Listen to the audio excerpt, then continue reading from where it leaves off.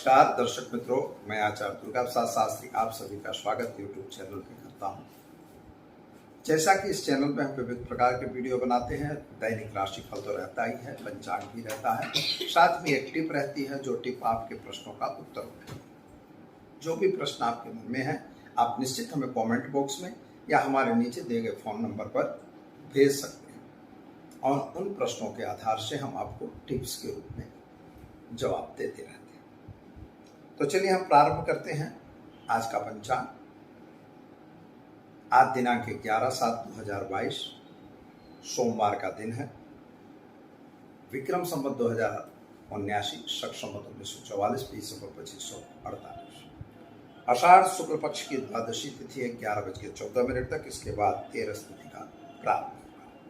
नक्षत्र अनुराधा रहेगा 7:50 तक। इसके बाद मूल नक्षत्र की शुरुआत होगी। योग जो है शुक्ल रहेगा 21:01 तक और इसके बाद ब्रह्म योग की शुरुआत होगी। करण कौलव रहेगा 21:14 तक और इसके बाद गर्करण की शुरुआत होगी। राशि जो है वृश्चिक रहेगी। न और य अक्षरों पे नामकरण किया जाएगा। जो बच्चे आज जन्मेंगे उनका पूरे दिन राशि जो है वह वृश्चिक राशि रहेगी। जो बच्चे जन्म ले रहे हैं अथवा जिनका जन्मदिन है उन सभी को हमारे चैनल के परिवार की तरफ से खूब खूब हार्दिक शुभकामनाएं। आपका जीवन ऐश्वर्य में रहे, यही हमारी भगवान से प्रार्थना। मित्रों, एक बात याद रखिए कि आज वामन पूजा भी की जाएगी और प्रदोष, सोमवार की प्रदोष जो है सोम प्रदोष का भी व्रत आज किया जाएगा और जय पार्वती व्रत आज से प्रारंभ हो जाएगा, जिसमें गौरा पार्वती का व्रत था। गौरा पार्वती जो छोटी बच्चियां करती हैं और इसके बाद आज का दिन जो है वह जया पार्वती व्रत का दिन रहेगा और सब बड़ी लड़कियां भी यह जप कर सकती हैं। यह व्रत जो है वो पति प्राप्त करने के लिए किया जाता है और अक्सर लड़कियां करती हैं, जिसमें नमक खाने का विधान नहीं है। चलिए अब हम शुरू करते हैं आज का राशिफल। पहले शुरुआत करेंगे मेष राशि से, अलग अक्षरों से जिनका नाम प्रारंभ होता है उनके। मन के विचारों को कंट्रोल में रखिए, उसको बाहर निकालने की जरूरत नहीं है। कुछ ऐसी चीजें होती हैं जिन पर हमें कंट्रोल करना होता है। खास तौर पर अगर आपके घर में कोई वाद विवाद चल रहा है तो उस चीज को गुप्त रखिए और खास तौर पर दुश्मनों से बात न करिए। आपके घर में नए मेहमान के आगमन के संकेत स्पष्ट हैं। संतान संबंधी चिंताओं में राहत मिलेगी। विद्यार्थियों के लिए समय सुंदर और अच्छा है। उपाय के तौर पर एक गरीब को भोजन कराना जरूरी है। वृषभ राशि वाले जातकों की बात करें तो आपके लिए सामान्य रूप से खर्च का प्रमाण बढ़ता हुआ दिखाई देता है। खर्च पे कंट्रोल करना आपके लिए जरूरी है। परिवार के साथ जो मतमतांतर था वह मतमतांतर तो दूर हो जाएगा। यात्रा वगैरह पे जाना आपका हो सकता है। विदेश यात्रा वगैरह के कार्य में भी आपको सफलता मिल सकती है। खास तौर पर ध्यान यह देना है कि अगर वाहन वगैरह चला रहे हैं तो सावधानी जरूर। उपाय के तौर पर अगर देखें तो आज चावल का दान देकर दिन की शुरुआत करें, अच्छा लग रहेगा। चलिए हम जानते हैं मिथुन राशि। क अक्षरों से जिनका नाम प्रारंभ होता है उनके। आपके ग्रहों की स्थिति के हिसाब से अगर देखा जाए तो समय तो अच्छा दिखाई दे रहा है। सोर्स ऑफ इनकम भी बढ़ रही है। जमीन मकान संबंधी कुछ प्रश्नों का सॉल्यूशन हो जाएगा और नए नए व्यक्तियों की मुलाकातें भी होगी। व्यापार में भी अच्छा ही दिखाई दे रहा है। जल्दबाजी किसी काम को लेकर नहीं करनी है और किसी पे अंधा विश्वास नहीं करना है। पैसों का लेन देन बने वहां तक नहीं करना है। शेयर बाजार से आपको दूर रहना है। क्या करना होगा तो आज आप गाय को घास खिलाकर दिन की शुरुआत करें, अच्छा रहेगा। चलिए अब हम जानते हैं कर्क राशि। आपके लिए आज का दिन सुनहला दिन है, अच्छा दिन है। सुबह से ही आप उत्साही दिखाई देंगे। माता और पिता के स्वास्थ्य संबंधी थोड़ी सी चिंता आपको जरूर रहेगी। पति पत्नी का संबंध अच्छा रहेगा। संतान को लेकर जो चिंता थी उसमें राहत मिलेगी। कर्म क्षेत्र के जो ग्रह हैं आपके काम को आगे बढ़ा रहे हैं और आप आगे बढ़ रहे हैं। क्या करेंगे तो आज गलती से भी किसी भी गरीब का अपमान नहीं करेंगे। यानी मान सम्मान, अगर आप उसको कुछ दे सकते हो तो दीजिए और नहीं दे सकते तो अपमानित बिल्कुल न करिएगा। चलिए अब जानते हैं हम सिंह राशि। सिंह राशि वाले जातकों के लिए सामान्य रूप से समय बढ़िया है। नौकरी वगैरह में आपका प्रमोशन हो सकता है। खास तौर पर अगर व्यापारी हैं तो व्यापार में भी वृद्धि होगी। यात्रा वगैरह आपका भी जाना हो सकता है। विदेश यात्रा संबंधी जो फाइलें पड़ी थी वे सफल होंगी। कोर्ट कचहरी में अगर मैटर है तो उसमें भी आपको सफलता मिलेगी। जल्दबाजी का काम आपको भी नहीं करना है और शेयर बाजार से जरा दूर रहने की जरूरत है। क्या करेंगे तो आज आप एक गरीब को भोजन कराकर दिन की शुरुआत करें, अच्छा दिन रहेगा। कन्या राशि की बात करते हैं तो आपके लिए सामान्य रूप से समय बढ़िया है। खर्च का प्रमाण आपका बढ़ रहा है। सोर्स ऑफ इनकम भी बढ़ती हुई दिखाई देती है, यानी खर्च और इनकम दोनों साथ साथ चलेंगे। मित्रों का साथ सहकार तो आपको मिलेगा। नए व्यक्तियों की मुलाकात भी आपके लिए लाभदायक होगी, लेकिन जल्दबाजी आपके लिए भी नुकसानदेह हो सकती है। मित्रों एक बात याद रखिएगा कि कभी भी कोई भी कागजात पर सही कर रहे हैं तो बिना पढ़े बिना जाने उस पर सिग्नेचर बिल्कुल न करिएगा, क्योंकि वहीं कहीं आपसे दगा फरेब हो सकता है। क्या करेंगे तो आज आप ओम नमः शिवाय मंत्र का प्रयोग करके दिन की शुरुआत करेंगे, अच्छा दिन रहेगा। चलिए अब जानते हैं तुला राशि।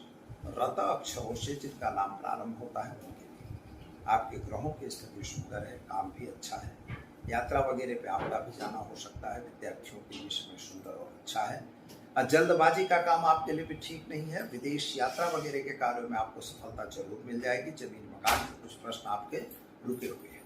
खास तौर पर आप अगर कोई ऐसा काम करना चाहते हैं कि जिस काम से लोगों का भी हित हो तो आप जरूर उसमें जुड़ सकते हैं। अगर नहीं तो आपके लिए थोड़ा सा मुश्किल का दिन भी दिखाई देता है। क्या करेंगे आप तो आज आप ओम होम जूम सह मंत्र का प्रयोग करके दिन की शुरुआत करें, अच्छा दिन रहेगा। चलिए अब हम जानते हैं मित्रों वृश्चिक राशि। न और य अक्षरों से जिनका नाम प्रारंभ होता है आपके ग्रहों की स्थिति के हिसाब से समय तो बढ़िया है। कुछ आपके आपसी तालमेल कम दिखाई दे रहे हैं, यानी परिवार में थोड़ा सा वाद विवाद दिखाई देता है। संतान को लेकर आप चिंतित जरूर दिखाई दे रहे हैं। नौकरी वगैरह में प्रमोशन मिले अथवा तो नौकरी में आपको स्थानांतर होने की संभावना बन रही है। व्यापारियों के लिए समय सामान्य अच्छा दिखाई देता है। कभी भी किसी पे भी अंधा विश्वास न करें। उपाय के तौर पर गाय को गुड़ खिलाकर दिन की शुरुआत करें, अच्छा दिन रहेगा। चलिए अब जानते हैं धन राशि। अक्षरों से जिनका नाम प्रारंभ होता है उनके आपके ग्रहों की स्थिति के हिसाब से समय सामान्य अच्छा है। यात्रा वगैरह पे आपका जाना हो सकता है। कुछ पुराने कार्य जो रुके हुए थे वे पूर्ण होंगे। कोर्ट कचहरी पे भी आपको सफलता मिल जाएगी। पति पत्नी का जो संबंध बिगड़ा हुआ था उसमें सुधार दिखाई दे रहा है। शादी संबंध की बातें रुकी हुई थी वे भी पूर्ण होंगी, ऐसा दिखता है। क्या करना होगा तो आज आप गाय को चने की दाल गुड़ रोटी खिलाकर दिन की शुरुआत करें, अच्छा दिन रहेगा। चलिए अब जानते हैं मकर राशि। ख ज अक्षरों से जिनका नाम प्रारंभ होता है उनके लिए आपके लिए समय तो बढ़िया है। कामकाज भी बढ़िया दिख रहा है, लेकिन चिंतातुर आप दिखाई देते हैं और खर्च का प्रमाण आपका बढ़ रहा है। घर में कोई इंस्ट्रूमेंट वगैरह बिगड़ने के भी चांस दिखाई देते हैं। खास तौर पर जिन पर आपको यकीन था वह यकीन थोड़ा बदलता हुआ दिखाई दे रहा है। शायद भाइयों के बीच में भी तकरार हो सकती है। जमीन मकान के प्रश्न कुछ सॉल्यूशन में आते हो ऐसा लग रहा है। क्या करना होगा तो आज आप काले तिल के लड्डू भगवान गणपति को चढ़ाकर दिन की शुरुआत करें, अच्छा दिन रहेगा। चलिए जानते हैं हम कुंभ राशि। अक्षरों से जिनका नाम का अर्थ होता है आपके ग्रहों की स्थिति सुंदर है। कामकाज भी सुंदर दिखाई देता है। यात्रा वगैरह पे भी जाना आपका हो सकता है। विद्यार्थियों को विदेश यात्रा वगैरह का लाभ मिल सकता है। आप अपने एजुकेशन की लाइन में आगे बढ़ सकते हैं और उसकी स्थिति भी अच्छी बन रही है।